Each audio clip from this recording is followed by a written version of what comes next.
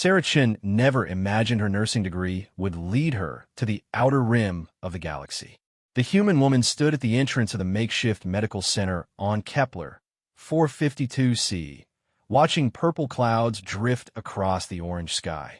She had volunteered for the humanitarian mission 6 months ago, leaving Earth behind to help refugees from the ongoing galactic conflicts. The camp sprawled before her like a small city, filled with beings from dozens of different species. Some had tentacles, others had multiple eyes, and a few looked almost human except for their blue or green skin. Sarah had grown used to the diversity, but what broke her heart daily were the children. War orphans arrived at the camp every week. Some had lost their families to pirates, others to territorial disputes between alien empires. The children came scared, hungry, and desperately in need of care. That's where Sarah found her purpose. "Miss Sarah! Miss Sarah!" A small voice called out in broken galactic standard. Sarah turned to see Zrix, a young Alterian with scales that shimmered like opals. The child couldn't be more than 6 Earth years old. "What is it, sweetheart?" Sarah knelt down to Zrix's eye level. The universal translator in her ear converted her English perfectly. "New children coming. Many hurt." Zrix pointed toward the camp's main entrance where a transport vessel was landing. Sarah's training kicked in immediately. She grabbed her medical kit and rushed toward the landing pad. Dr. Velnash, her Centaurian colleague, was already there with his 4 arms preparing triage supplies. The transport's doors opened, revealing a heartbreaking sight. 23 children of various species stumbled out, some carrying younger ones. Many had burns, cuts, and the hollow look of those who had seen too much. "Pirates hit their colony ship," the transport pilot explained. "These are the only survivors we could find." Sarah's heart ached, but she pushed down her emotions. These children needed her professional best.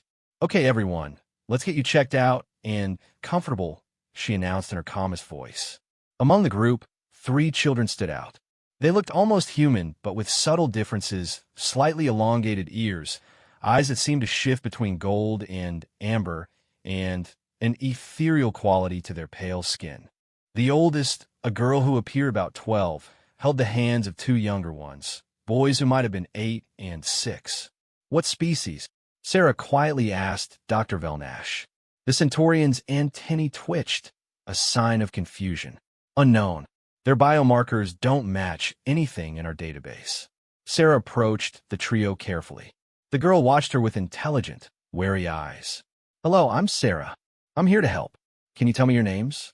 The girl hesitated, then spoke in perfect galactic standard. "I am Lyra. These are my brothers, Kai and Neo. Are you hurt anywhere, Lyra?" "We are adequate. Please attend to the others first." Sarah was struck by the girl's formal speech and protective stance. Despite her young age, Lyra carried herself like someone much older. "Everyone here gets help, including you 3. No one gets left behind." Over the following hours, Sarah treated burns, set broken bones, and offered comfort to traumatized children. The 3 mysterious siblings accepted only basic medical scans, insisting others needed more attention. Sarah noticed they never ate the standard protein rations, only accepting water and a specific type of fruit. As night fell over the camp, Sarah found the 3 siblings sitting apart from the others, gazing at the stars. She approached with a blanket and some of the fruit they seemed to prefer. "Thank you," Lyra said, accepting the offerings. "You are different from other humans we have observed." "Observed?" Sarah sat down beside them. "Have you met humans before?" Kai, the middle child, started to speak, but Lyra silenced him with a look. "We have traveled much," she said carefully. Sarah didn't push. Many refugee children had secrets, often painful ones. "Well, you're safe here. Tomorrow we'll get you proper quarters and start classes. Education continues, even here." "Education?" Neo, the youngest, perked up. "Will you teach us?" "If you'd like. I teach biology and first aid to the older children and basic literacy to the younger ones." "We would like that very much," Lyra said, and for the first time, Sarah saw her smile. The weeks passed in a blur of activity. Sarah threw herself into her work, treating injuries, teaching classes, and organizing activities for the children. The three mysterious siblings became her constant shadows, helping with younger children and absorbing every lesson like sponges. Lyra showed a remarkable aptitude for xenobiology, understanding complex medical concepts that should have been beyond her years. Kai demonstrated an uncanny ability with languages, picking up new ones from other refugee children within days. Neo, despite being the youngest, showed artistic talents that transcended species, creating drawings that made even battle-hardened soldiers stop and stare. They're special. Dr. Velnash commented one day, watching the three help treat a young Marlisian with a fever. Their learning curve is exponential. Sarah nodded. She had noticed more than just their intelligence. The siblings never complained, never asked for special treatment, and showed a level of empathy unusual for children who had supposedly suffered trauma. They also seemed to know things they shouldn't, like when new refugees would arrive or when medical supplies would run low.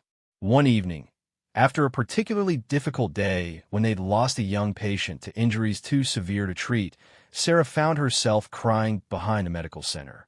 She thought she was alone until she felt a small hand on her shoulder. "Why do you weep for those you do not know?" Neo asked, his golden eyes curious. Sarah wiped her tears. "Because every life matters. That little one had a whole future ahead of them. Father says weakness is caring for those who cannot strengthen your position," Kai added, appearing from the shadows with Lyra. "Your father is wrong," Sarah said firmly. "Caring for others, especially those who can't help us in return, is what makes us strong. It's what makes us human, or, well, what makes us people, regardless of species." Lyra studied her intently. "You truly believe this?" "With all my heart." The three siblings exchanged looks that seemed to convey entire conversations. Finally, Lyra spoke. "We have not been truthful with you, Sarah-chan." Sarah's heart skipped, but she kept her voice gentle. "Whatever it is, we can work through it together. Our father." Lyra hesitated, then pushed forward. "Our father is not dead. He sent us here. To the refugee camp? What? To hide us. He has enemies. Many enemies." Lyra's voice dropped to a whisper. "He said we would be safe among the forgotten, that no one would look for the children of Zarkon, the Void Render, among refugees." Sarah's blood ran cold. Every being in the galaxy knew that name. Zarkon, the Void Render, the most feared crime lord in known space. His syndicate controlled entire systems, dealing in everything from weapons to slaves. He was said to have personally killed thousands and ordered the deaths of millions more. Sarah couldn't finish the sentence. "His offspring," Lyra confirmed. "He has many children across the galaxy, hidden like us. We are experiments in breeding, combining his genetics with various species to create perfect heirs." Sarah's mind reeled. She should report this immediately. These children could be valuable for intelligence or as leverage. But looking at their faces, young, scared despite their brave fronts, seeking approval and affection they'd clearly never received, she saw only children in need. "Does anyone else know?" "No. We have been careful. Father's enemies would use us against him, and Father would dispose of us if we became liabilities." "Dispose of you?" "His own children. We are tools to him," Kai said matter-of-factly. "If we do not prove useful, we are discarded." Sarah felt a surge of protective anger. No child should speak of their own life so callously. "Listen to me, all three of you. You're not tools. You're not experiments. You are children who deserve love, safety, and the chance to choose your own paths." "But we are his blood," Neo protested. "We carry his darkness." "You carry his genetics, not his choices," Sarah said firmly. "Every day, you choose to help others. You choose kindness. That's who you are, not whoever your father is." The revelation changed everything and nothing. Sarah continued to treat them as she always had, with patience, kindness, and expectations of their best behavior. But now she also watched for signs of their father's influence, ready to counter any darkness with light. The siblings blossomed under her care. Lyra began teaching xenobiology to younger children, finding joy in their wonder. Kai became the camp's unofficial translator, bridging communication gaps between species.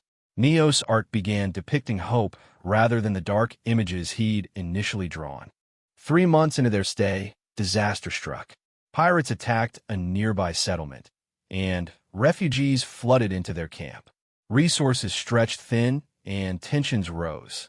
Some of the older refugees began hoarding supplies, and fights broke out over food and medicine. Sarah worked tirelessly to maintain order and treat the wounded. The three siblings were everywhere, helping where they could. It was Lyra who noticed the pattern first. Sarah, she pulled the human aside during a brief break. These pirates, they're using Father's tactics. What do you mean? The attack patterns, the timing, even the weapons, these are Void Syndicate raiders. Sarah's heart sank. Are they looking for you? Possibly. Or Father is expanding operations in this sector. Lyra bit her lip, a childlike gesture that reminded Sarah how young she really was. We should leave. Our presence puts everyone in danger. Absolutely not.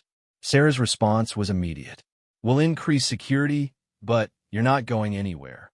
This is your home now. But no buts. We protect our own here, and you three are part of this community.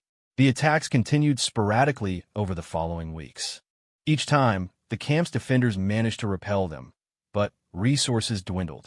Medical supplies ran dangerously low, and Sarah found herself rationing antibiotics and pain medication. It was during one particularly severe shortage that Kai approached her. "We can help," he said quietly. "You already help every day, sweetheart." "No. We have access to Father's supply networks. Emergency codes for his medical reserves." Sarah froze. "Kai, that's dangerous. If he finds out, children are dying," Lyra interjected, joining them. "You taught us that every life matters. Let's do this." "I can't ask you to risk yourselves like that." "You're not asking. We're offering," Neo added, appearing as silently as his siblings always did. "You showed us what family really means. This camp is our family now." The debate raged in Sarah's mind. Using the children's connections to their crime, Lord Father felt wrong, but children were indeed dying from preventable diseases. Medical supplies could save lives. "If we do this," she finally said, "we do it carefully. No unnecessary risks, and the moment it becomes dangerous, we stop." The siblings nodded solemnly. That night, Lyra accessed a hidden communicator and entered a series of codes. Within hours, an unmanned cargo pod landed outside the camp, filled with medical supplies, food, and even some educational materials. "The manifest says it's from an anonymous donor," Kai reported with a small smile. "Father has so many automated supply caches, he won't notice one missing." The supplies saved lives. Children who would have died from infections recovered. Malnutrition decreased. The camp's morale improved dramatically. Sarah knew she should feel guilty about the source, but watching children play who would have been dead without those medicines made moral absolutes seem less important. The three siblings continued their subterfuge, carefully redirecting supplies from their father's vast criminal network to help refugees. They were smart about it, never taking from the same cache twice, always making it look like system glitches or pirate raids. Sarah watched them work with a mixture of pride and worry. They were using skills their father had bred into them, but for purposes he would despise. She wondered if this was their rebellion or their redemption. Perhaps both. One night, as alien constellations wheeled overhead, Lyra found Sarah on the medical center's roof. "You're worried," the girl observed. "Always," Sarah admitted. "It's part of caring for others." Father never worried. He said concern was weakness. Your father never knew true strength then. It takes courage to care, to open yourself to potential hurt. Lyra sat beside her, and for a moment looked like the 12-year-old she was supposed to be. "I used to dream of pleasing him, of becoming his perfect heir. Now," she gestured to the camp below, where children of various species played together in the common area. "Now I dream of becoming like you." "Oh, sweetheart," Sarah pulled the girl into a hug. "Don't become like me. Become the best version of yourself. You already are, kind, brilliant, protective of others. That's all you, with your guidance. With your choices, Sarah corrected. I just showed you options. You chose which path to take. As they sat watching the stars, neither knew that their peaceful existence was about to shatter. In the depths of space, Zarkon the Void Render had discovered irregularities in his supply networks. His investigation would lead him to an unremarkable refugee camp on Kepler 452c, where his 3 experimental offspring had done the unthinkable. They had learned to love and be loved in return. The real test of Sarah's influence on the children of the galaxy's deadliest crime lord was about to begin. The morning started like any other in the refugee camp. Sarah was preparing lessons for the day when the perimeter alarms screamed to life. Unlike the usual pirate raids, this was different. A massive ship descended from the clouds, sleek, black, and radiating menace. Everyone to the shelters, Dr. Velnash commanded, his 4 arms directing panicked refugees. Sarah's first thought was for the children. She ran through the camp, ensuring all the young ones made it to the reinforced underground bunkers. Her heart stopped when she realized 3 were missing. Lyra, Kai, and Neo stood in the main courtyard, facing the landing ship with eerie calm. "Get to the shelters," Sarah shouted, running toward them. "No," Lyra said quietly. "He's here for us. If we hide, he'll tear the camp apart looking." The ship's landing ramp descended with a hydraulic hiss. 24 armed soldiers emerged first, their armor bearing the dreaded symbol of the Void Syndicate. Then came the being that haunted nightmares across the galaxy. Zarkon, the Void Render, stood 3 meters tall, his genetically enhanced frame rippling with barely contained power. His species was unclear, too many modifications and augmentations had transformed him into something unique and terrible. His eyes, however, were unmistakably the same gold amber as his children's.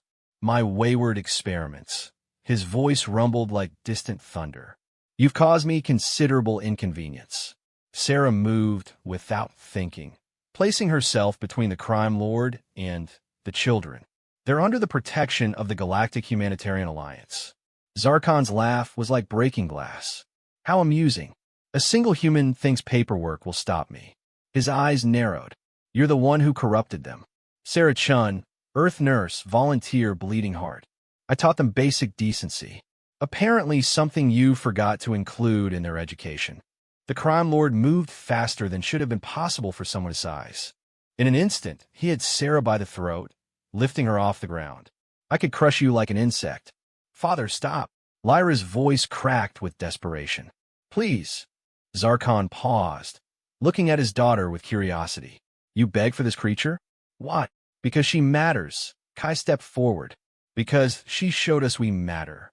You matter only as extensions of my will." Zarkon dropped Sarah, who gasped for air on the ground. "You were created for a purpose." "What purpose?" Neo challenged, his young voice steady despite his fear. "To be weapons? To be as empty as you." The crime lord studied his youngest child. "Empty? I control systems. I command armies. I am feared across the galaxy." "And you're alone," Sarah managed to say, getting to her feet. "When did someone last care if you lived or died? Not out of fear, but out of love. Love is weakness." "Love is why your children exceeded every expectation," Sarah countered. "Not your genetic tampering or training. They learned to care for others, and it made them extraordinary." "Enough philosophy." Zarkon gestured to his soldiers. "Collect the experiments. Burn the camp as a lesson." "No." The 3 siblings moved as one, placing themselves around Sarah. "You would defy me for this human. We would defy you for our family," Lyra said. "Everyone here is our family." For the first time, uncertainty flickered across Zarkon's features. He had expected fear, perhaps bargaining. Not this united front of defiance. "If you burn the camp, you'll have to kill us too," Kai added. "We won't leave willingly." "You think I won't?" The crime lord's hand moved to his weapon. "Then do it." Neo spread his arms wide. "Kill your own children. Prove Sarah wrong. Show the galaxy that the great Zarkon is exactly the monster everyone believes." The standoff stretched, tension crackling like electricity. Sarah could see the camp's defenders taking positions, knowing they were outgunned but ready to fight. She also saw something else, doubt in Zarkon's eyes. "You poisoned them against me," he finally said to Sarah. "I showed them they had choices. They chose love over fear." Sarah stepped forward, placing a protective hand on each of the boys' shoulders while Lyra gripped her arm. "These aren't experiments or tools. They're children. Your children. And somewhere buried under all that augmentation and cruelty, you know that. I know nothing of the sort. Then, why haven't you fired? Why are we still talking?" Sarah pressed. "You've killed thousands without hesitation. Yet you hesitate now." Zarkon's jaw clenched. Around them, his soldiers shifted nervously. They had never seen their leader pause in violence. "Father," Lyra spoke softly, "do you remember my mother?" The crime lord's head snapped toward her. "Your mother was a means to an end. Superior genetics for breeding. Her name was Valera. You kept her longer than the others. She told me you spoke of stars with her, of plans beyond crime. She said you almost seemed happy." Silence. Kai's mother was torn. "You gave her a necklace, not stolen, but commissioned. Made specially." Kai pulled out a small pendant from under his shirt. "She left it for me." Neo's mother painted. Neo added quietly, "You have 3 of her paintings in your private quarters. Why keep them if she meant nothing?" Sarah watched the galaxy's most feared criminal waver. His children were reaching for whatever humanity might remain in him, using memories he had probably buried deep. "Sentiment is cancer," Zarkon growled, but his voice lacked its earlier certainty. "Or maybe," Sarah suggested gently, "sentiment is what separates people from monsters. You created these children to be perfect. They are perfect in their compassion, their intelligence, their capacity for growth. That's not corruption. That's evolution. You dare lecture me on evolution? I have transformed myself beyond any single species. Into what? A being so divorced from connection that your own children fear you? What's the point of controlling the galaxy if you're alone in it?" The crime lord's hand twitched toward his weapon again. His soldiers tensed. The camp defenders prepared for the worst. Then, from the underground shelters, voices began to rise. Children's voices, singing. It was a simple song Sarah had taught them. A human lullaby about stars and dreams, translated into multiple languages. The harmony was imperfect, mixing species whose vocal cords were never meant to blend, but the emotion was pure. "They sing while death stands at their door?" Zarkon seemed genuinely puzzled. "They sing because they have hope," Sarah explained. "Because they've learned that together, they're stronger than fear. Naive foolishness. Is it? Your children stood with me against you. These refugees prepared to fight your armies, to protect each other. When did your syndicate members last show such loyalty? Fear ensures loyalty. Fear ensures obedience. There's a difference." Sarah felt the children press closer to her. Your children could have hidden, could have pretended not to know why you were here. Instead, they stood in the open, ready to face you. That's not fear. That's courage you never taught them. Zarkon stared at his children, really looked at them for perhaps the first time. Lyra stood tall, protective of her brothers despite her youth. Kai's intelligence shone in his eyes, analyzing every micro-expression on his father's face. Neo, the youngest, radiated an artist's soul, seeing beauty even in this moment of danger. "You've ruined them," the crime lord said finally. "They were meant to be weapons." "I've freed them," Sarah corrected. "They were meant to be people." The singing from the shelters grew louder. Some of the camp defenders joined in, their voices carrying across the courtyard. Even some of Zarkon's soldiers seemed affected, their aggressive stances softening slightly. "Father," Lyra stepped forward, breaking from Sarah's protective circle. "I used to dream of the day you'd come for us. I imagined showing you my accomplishments, earning your approval. But now I have something better. I have people who love me for who I am, not what I might become. That makes you weak. No, it makes me strong enough to face you. Strong enough to say that I forgive you." The words hit Zarkon like physical blows. "Forgive? You dare forgive me? For creating us as experiments, for denying us childhoods, for teaching us that power matters more than people." Lyra's voice remained steady. I forgive you because holding on to that anger would make me like you. Sarah taught us to break cycles, not continue them. I taught you to survive. You taught us to exist. Sarah taught us to live. Kai joined his sister. There's a difference, Father. One we'd like to show you, if you let us. You would show me? The concept seemed to break something in Zarkon's understanding of the universe. Every being can change, Neo said simply. Sarah says so. Even you, Father. Even you. The crime lord stood frozen, centuries of violence and cruelty warring with something deeper, older, more fundamental. His children, his experiments, his tools, were offering him something he had never expected: redemption. This is not. I did not. For the first time in decades, Zarkon seemed at a loss for words. Sarah stepped forward carefully. You came here as a conqueror, but you could leave as a father. The choice is yours. Choice. The word was bitter in Zarkon's mouth. I eliminated choice long ago. There's only power and those too weak to seize it. Yet here you stand, choosing whether to destroy or depart. That's not power making that decision. It's whatever humanity remains in you. The crime lord's gaze swept across the camp. The ramshackle buildings, the mix of species, the defenders ready to die for each other. This place is pathetic, weak. It should not exist in my galaxy. But it does exist. And your children chose it over your empire. Doesn't that tell you something? It tells me you've poisoned them with delusions, or opened their eyes to possibilities. Sarah risked another step closer. Your syndicate rules through fear. This camp survives through cooperation, which seems more sustainable. My syndicate has lasted centuries, built on blood and terror. This camp has lasted 6 years, built on hope and mutual aid. In that time, we've saved thousands of lives, educated hundreds of children, created a community where species that traditionally hate each other work together. Can your syndicate claim the same? Zarkon turned to his children. Is this what you want? This mundane existence? You could rule systems. We could, Lyra agreed. But we'd rather heal them. I want to be a doctor like Sarah and Dr. Velnash. I want to save lives, not take them. I want to be a translator, Kai added, to help species understand each other, to build bridges with words instead of burning them with weapons. I want to create, Neo said simply, art that makes people feel. Beauty in a universe that has too much ugliness. You reject everything I offered you. We reject what you offered, Lyra clarified. But not you. You're still our father, whatever that means to you.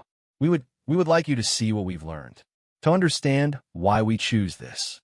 The silence stretched impossibly long. Zarkon's soldiers waited for orders. The camp defenders held their positions. The children in the shelters had stopped singing, as if the entire camp held its breath. Finally, the crime lord spoke. You would trust me in your camp? Knowing what I am. We'd trust who you could become, Sarah said. Everyone deserves a second chance. Even the Void Render. I have killed millions. Then, save one life. Start there. One life, one choice, one moment of being better than you were. Zarkon looked at his children, really looked at them. They met his gaze without fear, offering something he had never experienced: unconditional acceptance. I cannot. This is not who I am. It's who you could be, Lyra insisted. Father, please. Stay for one day. Just one. See what we've built here. See why we love it. If you still want to destroy it after that, we won't stop you. One day. The crime lord seemed to wrestle with the concept. You think one day could change what I've spent centuries becoming. One moment changed us, Kai pointed out. The moment Sarah showed us kindness without expecting anything in return. Sometimes that's all it takes, one moment of seeing things differently. The crime lord stood at the crossroads of his existence. Behind him, his ship represented everything he had built, an empire of fear, control, and lonely power. Before him, his children offered something else entirely: connection, purpose, and the terrifying vulnerability of love. One day, he said finally, the words dragged from some deep place he had thought long dead. I will observe. Nothing more. His soldiers exchanged shocked glances. Several seemed ready to protest, but Zarkon's glare silenced them. Return to the ship. Wait for my signal. Sir, his lieutenant ventured. Is that wise? This could be a trap. From children and refugees? Zarkon's laugh was hollow. If they could trap me, they would deserve to succeed. Go! The soldiers retreated reluctantly. As the ship's ramp closed, Zarkon stood alone in the courtyard, the most feared being in the galaxy, looking oddly vulnerable in the morning light. So, he said awkwardly, show me this life you've chosen over empire. Sarah felt a surge of impossible hope. Let's start with breakfast. Even crime lords need to eat. I haven't eaten solid food in decades. Nutritional supplements are more efficient. Efficiency isn't everything, Sarah smiled. Come on, let's show you what you've been missing. As they walked toward the camp's communal dining area, 3 children fell in a step beside their father. Not behind him as subordinates, not running from him in fear, but beside him as family. It was a small step, but perhaps the most important one any of them had ever taken. The camp slowly came back to life. Refugees emerged from shelters, children resumed their games, and life continued with the strange addition of the galaxy's most wanted criminal learning to eat breakfast with a spoon while his children laughed at his attempts. Dr. Velnash pulled Sarah aside. This is insane. He could kill us all at any moment. He could, Sarah agreed. But look at him. When was the last time anyone saw Zarkon, the Void Render, trying to figure out how to eat scrambled eggs while his daughter teaches him? They watched as Lyra patiently showed her father how to hold utensils designed for normal hands, not his combat-modified ones. Kai explained the nutritional value of various foods, while Neo drew a quick portrait of the scene on a napkin. This will not last, Velnash warned. A being doesn't change after centuries of evil. Maybe not, Sarah admitted. But maybe he doesn't have to change completely. Maybe he just needs to remember what it's like to be someone's father instead of everyone's nightmare. The day progressed strangely. Zarkon followed his children through their routines, watching Lyra assist in the medical center, observing Kai mediate a dispute between 2 species who couldn't understand each other, sitting quietly as Neo taught younger children to draw. He said little, but Sarah noticed how his eyes tracked his children's movements, how his hands clenched when other children hugged them, how confusion flickered across his features when refugees thanked him for their help. The real test came that afternoon. Pirates attacked, not Void Syndicate, but a rival gang seeking to prove themselves by hitting a target in Zarkon's territory. They didn't know he was there. The camp's defenders scrambled. Sarah rushed to get children to safety, her heart sinking as she realized they were outnumbered 3-1. Then Zarkon stood. Insignificant fools, he muttered. He raised one hand, and his personal shields shimmered to life, not around himself, but expanding to cover the entire camp. Pirate fire splashed harmlessly against the barrier. Father, Lyra stared in amazement. They interrupt your activities, Zarkon said gruffly. It's annoying. With his other hand, he activated a communicator. Strike Wing 7. Eliminate the rabble attacking these coordinates. Non-lethal force only. Sir, came a confused response. Non-lethal. Did I stutter? Disable their ships and weapons. Leave them breathing. He paused, then added awkwardly. There are children watching. Within minutes, Void Syndicate fighters screamed from the sky, surgically striking the pirate vessels. The attackers fled, leaving behind only disabled equipment and very confused camp defenders. You saved us, Sarah said quietly. I prevented an annoyance, Zarkon corrected. Nothing more. But his children knew better. They had seen him place the shield over the camp first, protecting everyone before calling his forces. It was a small gesture, but for someone who had spent centuries caring only for himself, it was monumental. As evening fell, Zarkon found himself sitting in the camp's common area, surrounded by children of various species who had overcome their fear enough to be curious about the stranger. Neo was showing them his drawings, including the portrait from breakfast. Is that you? A young Marlesian asked, pointing at the figure struggling with utensils. A crude representation, Zarkon replied stiffly. You look confused, the child observed with the brutal honesty of youth. Don't you know how to eat? I know how to do many things. Eating with implements has not been a priority. I could teach you, the Marlis Yin offered brightly. I'm really good with spoons now. Sarah taught me. Zarkon looked at the child, small, scaled, utterly unafraid of him now that the threat seemed past. You would teach me? Sure. Everyone needs help sometimes. Sarah says asking for help is brave. The crime lord glanced at Sarah, who watched from nearby. Your philosophy spreads like a virus. The good kind, I hope. The kind that helps people heal instead of hurt. As night fell, Zarkon stood to leave. His children walked him to the courtyard where this strange day had begun. Your day is complete, Lyra said. What do you think? I think, Zarkon said slowly, that you have found something I didn't know existed. I don't understand it. It makes no logical sense. Que prompted. But you are satisfied here. Content in a way my empire never made me. The admission seemed to physically pain him. This human has given you something I could not. You gave us life, Neo said. Sarah gave us reasons to live it.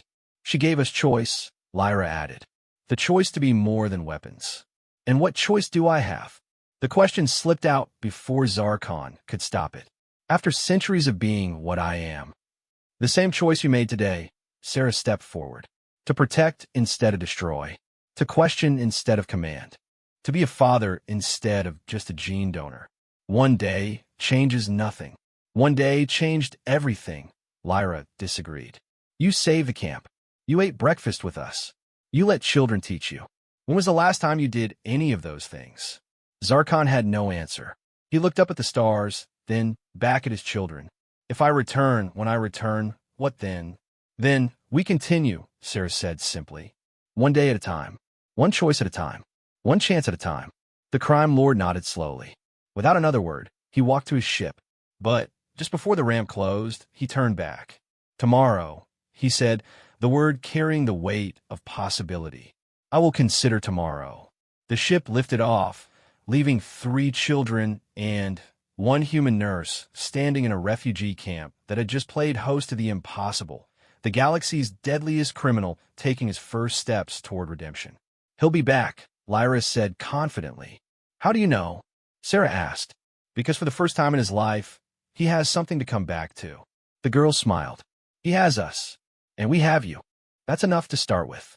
As they walked back to the camp, Sarah reflected on the day's impossible events. She had faced down a monster and found a father. She had protected children who chose her over an empire. She had planted seeds of change in ground everyone would have said was barren. Tomorrow would bring new challenges. The galaxy wouldn't change overnight. But today, just today, love had proven stronger than fear. Sometimes, that was enough to start a revolution. 3 months had passed since Zarkon's first visit to the refugee camp. What started as one day had stretched into regular appearances, always unannounced, always awkward, but increasingly frequent. The galaxy's most feared crime lord was learning, slowly and painfully, how to be a father. Sarah watched him now from the medical center window. He sat with Neo in the art pavilion, massive hands attempting to hold a delicate brush while his youngest son guided him through basic strokes. Paint splattered his expensive armor, but for once, Zarkon didn't seem to care. Remarkable, Dr. Velnash murmured beside her. 3 months ago, I would have said reformation was impossible. Now he's still dangerous, still running a criminal empire. But something's changing, Sarah finished. The children are reaching him in ways no one else could. Their conversation was interrupted by alarms, not the camp's, but from Zarkon's ship. The crime lord was on his feet instantly, his communicator already active. Report. Sir, the Galactic Council has authorized a joint strike force. They're moving on all our major holdings simultaneously. Someone leaked our defense codes. Zarkon's expression hardened into the mask of the Void Render. Who? Unknown, sir. But they have everything, safe house locations, supply routes, even the hidden shipyards. Sarah saw the moment of decision in his eyes. The crime lord looked at his children, then at the camp around him. She knew what he was thinking. Stay and protect this place, or return to save his empire. Father. Lyra had appeared, along with Kai. They had heard the alarms, too. I must go, Zarkon said curtly. The Syndicate dash. We're coming with you, Lyra interrupted. Absolutely not. You'll stay here where it's safe. Safe. Kay Loghead Bitterli. Father, if your empire falls, how long before your enemies come here looking for us? For leverage or revenge? The logic was irrefutable. Zarkon's protection had kept other syndicates from targeting the camp. Without it, then we evacuate you. Hide you properly this time. No. Neo's voice was quiet but firm. We're not hiding anymore.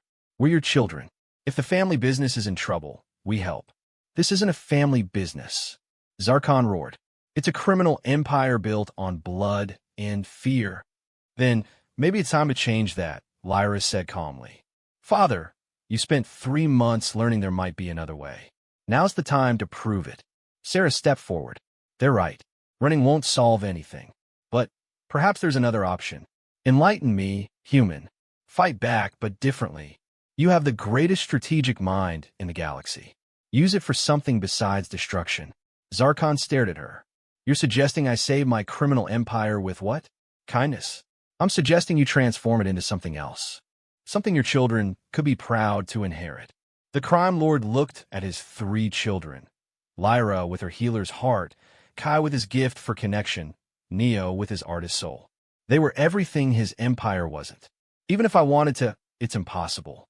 My lieutenants follow strength, not philosophy. Then, show them a different kind of strength, Sarah urged. The strength to change, to evolve, to become more than what you were. She's right, Father. Lyra stepped closer. You command thousands of ships, control vast resources. What if instead of smuggling weapons, you smuggled medical supplies to quarantine systems? Instead of protection rackets, you offered actual protection to colonies the Council ignores. The criminal cartels would eat us alive. Would they? Or would some of them see opportunity? Father, crime thrives where legitimate government fails. What if you filled those gaps differently? Zarkon's communicator buzzed urgently. Sir, we've lost 3 stations. The strike force is moving faster than anticipated. The crime lord faced an impossible choice. Everything he had built over centuries was crumbling. He could fight to preserve it as it was, or all ships, all stations, all personnel. He spoke into the communicator. Execute Protocol 7. Sir, the confusion was evident. That's the full evacuation protocol. Are we surrendering? We're evolving.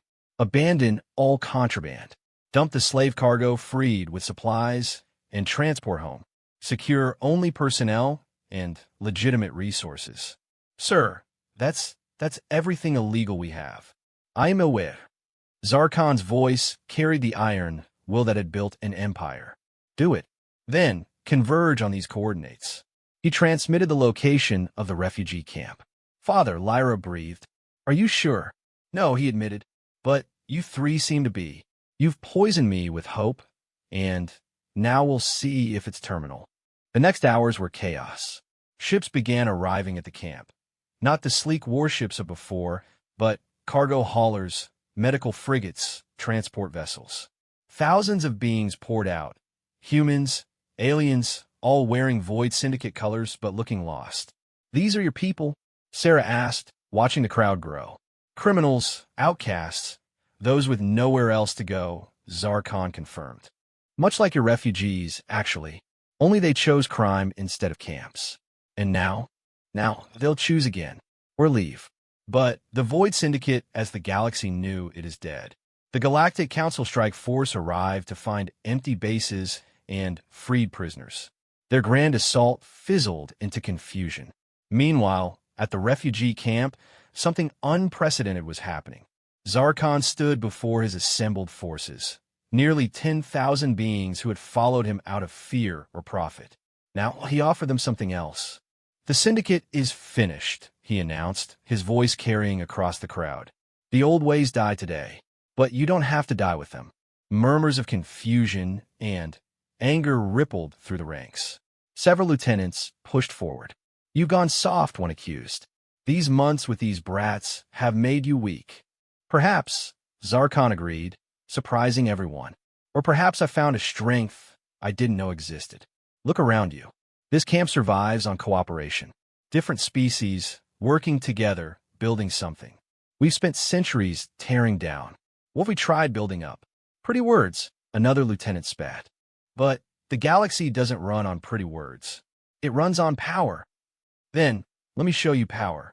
Zarkon gestured, and holograms appeared, financial data, resource allocations, strategic positions.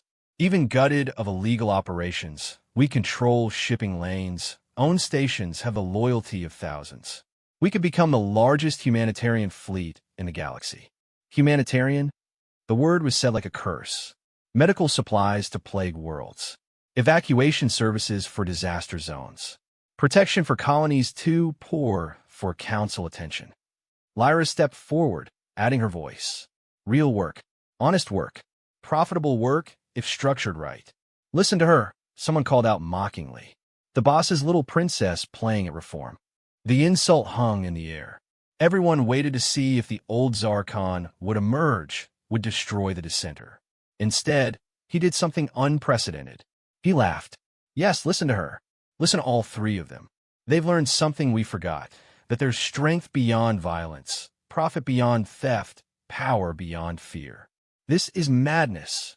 A Corvin lieutenant drew his weapon. I'll die before I become some charity worker. Then die. The words were cold, but Zarkon didn't move to attack. Leave. Take any who agree with you. But know this, the galaxy is changing. The council grows stronger. The age of syndicates like ours is ending. We can evolve or perish. I choose evolution. The standoff stretched taut. Then, unexpectedly, someone else spoke. I'm tired, a scarred human woman said from the ranks. 30 years of running, fighting, taking. Maybe trying something else wouldn't be so bad. Are you insane? The Corvin turned on her. Maybe. But I watched the boss's kids during this speech. You see how they look at him? When was the last time anyone looked at any of us with anything but fear? More voices joined in. Criminals exhausted by constant violence. Beings who had joined the syndicate for lack of options. Those who had children of their own somewhere in the galaxy. Not all were convinced. Nearly a third of the syndicate departed, taking ships and resources. Zarkon, let them go. You're just letting them leave? Dr. Velnash asked, shocked. Forcing them to stay would prove them right, Zarkon replied. Besides, they'll spread word of what happened here. Some will mock. Others might think. What remained was still formidable. 6,000 beings, hundreds of ships, vast resources. But now they had something else, purpose. The transformation wasn't smooth. Teaching criminals to be humanitarian workers was like teaching wolves to herd sheep. But slowly, with patience from the camp staff and determination from Zarkon's children, progress happened. Lyra established medical training programs, teaching combat medics to heal instead of just stabilize for interrogation. Kai created communication networks, turning smuggling routes into supply chains for isolated colonies. Neo led cultural programs, helping former criminals find identity beyond violence. And Sarah? She became the bridge between two worlds, the humanitarian camp and the reforming syndicate. Not everyone trusted the change, but her vouching for it carried weight.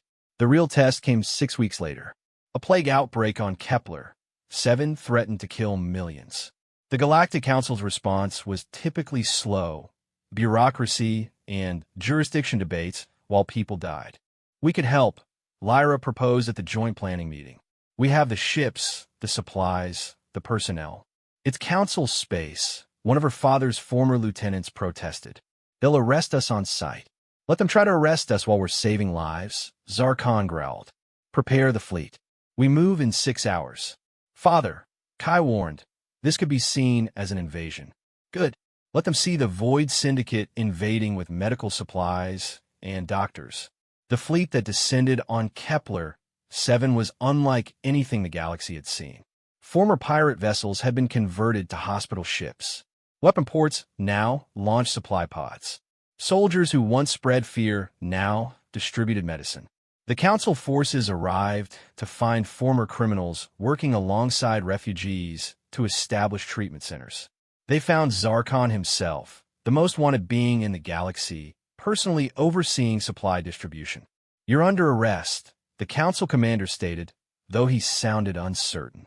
After we finish here, Zarkon replied without looking up. 2 million doses left to distribute. Unless you'd prefer to explain to the Kepler-7 population why you stopped their medical relief to arrest the ones providing it.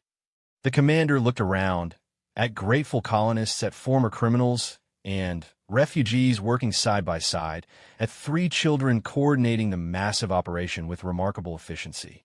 The council will want explanations. They'll get them. But today we save lives. Tomorrow, we can discuss the legal complexities. The commander made a decision that would reshape galactic politics. We'll assist with distribution. Temporarily. By the time the plague was contained, something fundamental had shifted. The galaxy had watched the Void Syndicate, symbol of everything wrong with civilization, transform into something else. Not perfect, not entirely legal, but undeniably beneficial. The Council offered conditional amnesty, recognition as a legitimate humanitarian organization in exchange for transparency and oversight. It wasn't everything, but it was a beginning. You did it, Sarah told Zarkon as they watched the sunset from the camp's highest point. His children were below, organizing the next mission. They did it, he corrected. I just stopped getting in their way. That's not true. You chose to change. That took more strength than building your empire ever did. The former crime lord was quiet for a moment. I've done terrible things, Sarah Chun. Things that can't be undone or forgiven. No, they can't. But you can balance the scales. Save more lives than you took. Build more than you destroyed. It won't erase the past, but it shapes the future. A future where my children don't have to be ashamed of their father. They're already proud of you. Look at them. Below, Lyra was training new medical staff, Kite coordinating with council representatives, Neo painting a mural on a supply ship, depicting the moment enemies became allies. I have you to thank for this, Zarkon said quietly. You saw potential where everyone else saw only monster. I saw a father who needed to remember how to be one. The rest, that was all you and them. A communication came through. Another crisis, another world needing help. The former Void Syndicate, now calling itself the Phoenix Foundation, prepared to deploy. Will you come with us? Zarkon asked. The galaxy's large. We could use someone who sees potential where others don't. Sarah looked at the refugee camp that had been her home for so long. It was thriving now, supported by the Phoenix Foundation, no longer struggling for supplies. The camp needs me. The camp has staff. Trained, supplied, protected staff. But out there, millions need what you gave my children, the chance to be better than their circumstances. It was Lyra who decided it. She approached with a medical kit bearing a new symbol, a phoenix rising from a void. We've prepared quarters on the flagship. Medical bay adjoining. The galaxy's full of forgotten children, Sarah. Help us find them. Sarah looked at the 3 siblings, no longer experiments or weapons, but healers, builders, creators. She looked at their father, no longer just a criminal, but a being learning to construct rather than destroy. One condition, she said. We do this as a family. All of us. No more hiding, no more separation. If we're saving the galaxy, we do it together. Together, Zarkon agreed, the word still foreign, but growing more comfortable.